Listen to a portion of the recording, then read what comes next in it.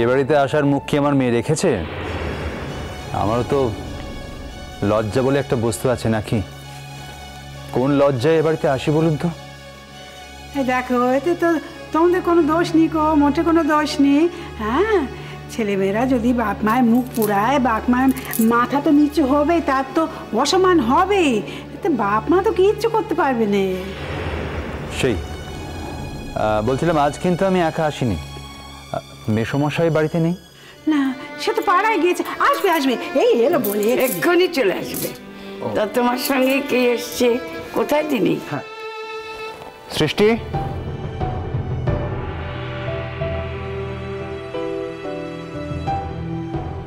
মা বৌমা আসছো, এসো এসো এসো। তা তোমাদের ঝগড়াঝাড়ি সব মিটে গেছে, খুব ভালো কথা। কিন্তু তাই বলে না, মেয়েকে যখন এ বাড়িতে দিয়েছো তখন তো আমরা তোমাদের আসতে বারণ করতে পারিনি। বড় বৌমা, ও বড় বৌমা।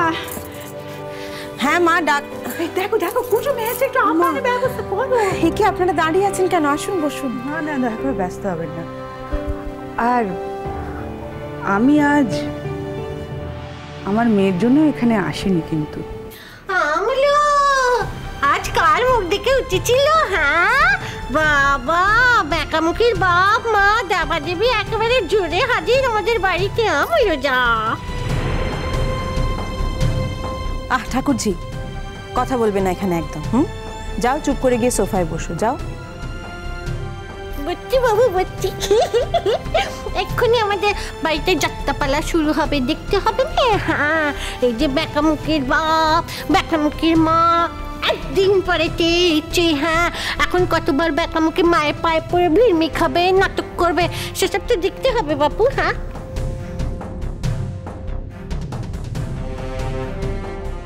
মা,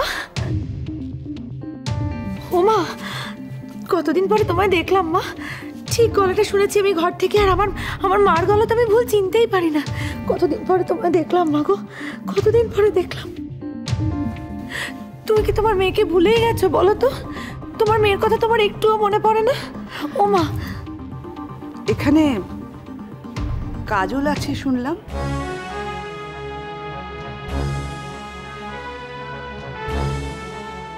হ্যাঁ, ছিল না, আবার এসেছে। কেন বলুন তো? না, কাজল এখানে এসেছে বলে আরশির আপত্তি থাকলেও থাকতে পারে, কিন্তু আপনার বা আপনার মেয়ের আপত্তি তো এখানে গ্রাহ্য হবে না।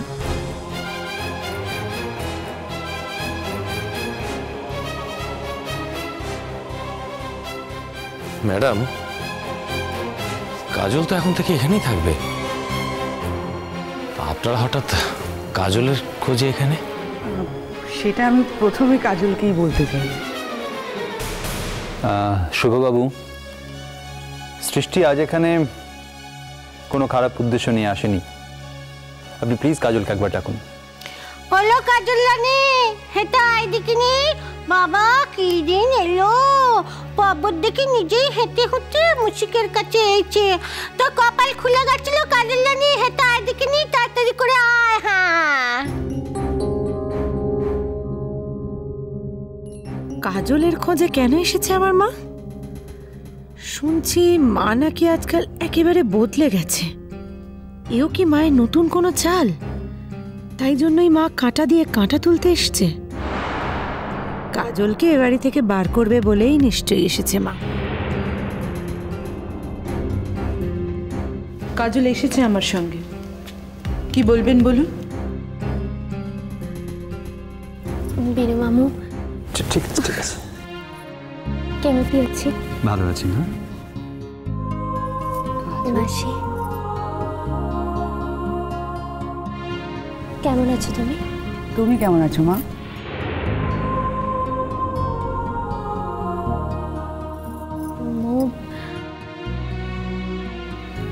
আর কেমতি থাকবো? যার স্বামী নিরুদ্দেশে চলে যায়, যাকে দুবেলা সতীনকে নিয়ে ঘর করতে হয়, সতীনের খোটা খোটা শুনতে হয়, সে আর কেমিতি থাকতে পারে কুয়া?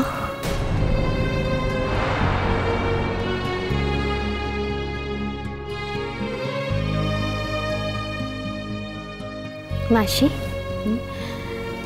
তুমি নিশ্চয়ই মতে এমনি অবস্থায় এই বাড়িটাতে দেখে খুব খুশি হচ্ছ, তাই না?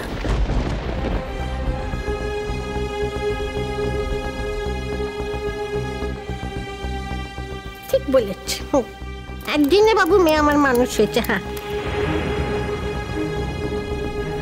শোনো কাজল, আমার মা তোমাকে অত্যন্ত সাধারণ একটা প্রশ্ন জিজ্ঞেস করেছে, তার উত্তরে তুমি আমার মাকে এত কথা শোনাচ্ছ কোন সাহসে?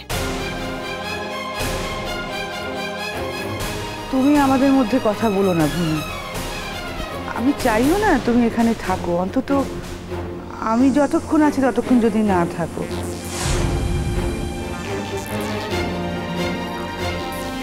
মা,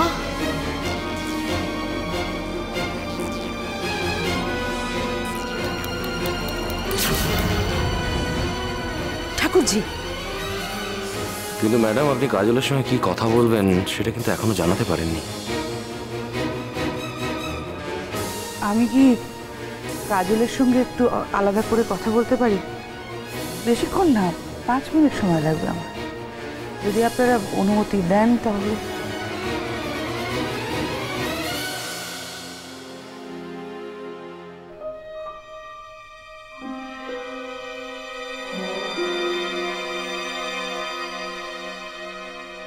সরি, আমরা এই অনুমতিটা দিতে পারছি না, কারণ কাজল আমাদের বাড়ির বউ, আর ওর সমস্ত ভালো মন্দটুকু আমাদের সঙ্গে জড়িয়ে রয়েছে। আর আপনাদের সৌজন্যে কাজলের জীবনে যা যা হয়েছে আমরা তার আর পুনরাবৃত্তি চাই না, মানে আপনি আর আপনার মেয়ের জন্যে। আর বেআই মশাই, দয়া করে আপনি আর নিজেকে এর মধ্যে জড়াবেন না।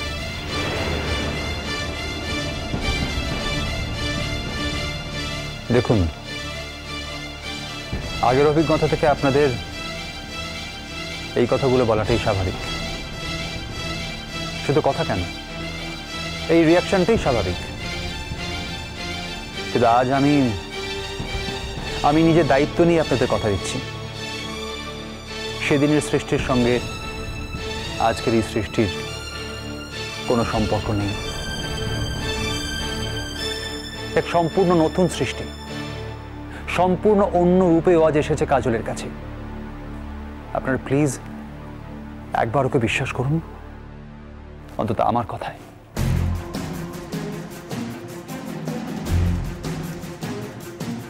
আমি একটা কথা বুঝতে পারছি না, আমার মায়ের সঙ্গে সবাই কোন সাহসে এত খারাপ ব্যবহার করছে? কোন সাহসে? আমার মা বাড়ি বয়ে এসেছে বলে কারুর তো আর আমার মাকে অপমান করার রাইট জন্মে যায় না। হ্যাঁ, অন্তত আমি মেয়ে হয়ে কিন্তু আমার চোখের সামনে আমার মায়ের এভাবে অপমান সহ্য করতে পারবো না, কিছুতেই না।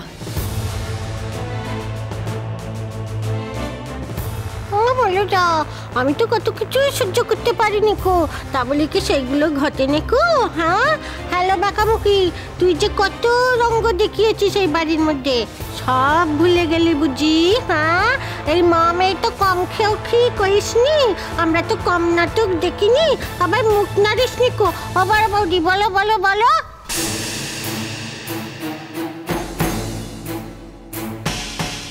ঠাকুরজি, তুমি আজকাল একদম আমার কথা শোনো না, কিন্তু তোমাকে চুপ করে ওখানে বসে থাকতে বলেছি, চুপ করে বসে থাকবে। এই অঞ্জনা রানীর খুব বার বেড়েছে, বাবাকে বলে না তোর জন্য একটা ব্যবস্থা করতে হবে। ভূমি, তোমার মতো একজন মেয়ের সঙ্গে এই জীবনে আর কোনো কথা বলবো না ঠিক করেছিলাম, কিন্তু আজ বাধ্য হচ্ছি মুখ খুলতে। আমি তোমাকে বারবার বলছি তুমি আমাদের কথার মধ্যে থেকো না। তোমার মার সম্মান অসম্মান নিয়ে তোমাকে মাথা ঘামাতে হবে না, সে দায়িত্ব তার নিজের। এই কথাটা আমাকে আর যেন রিপিট করতে না হয়।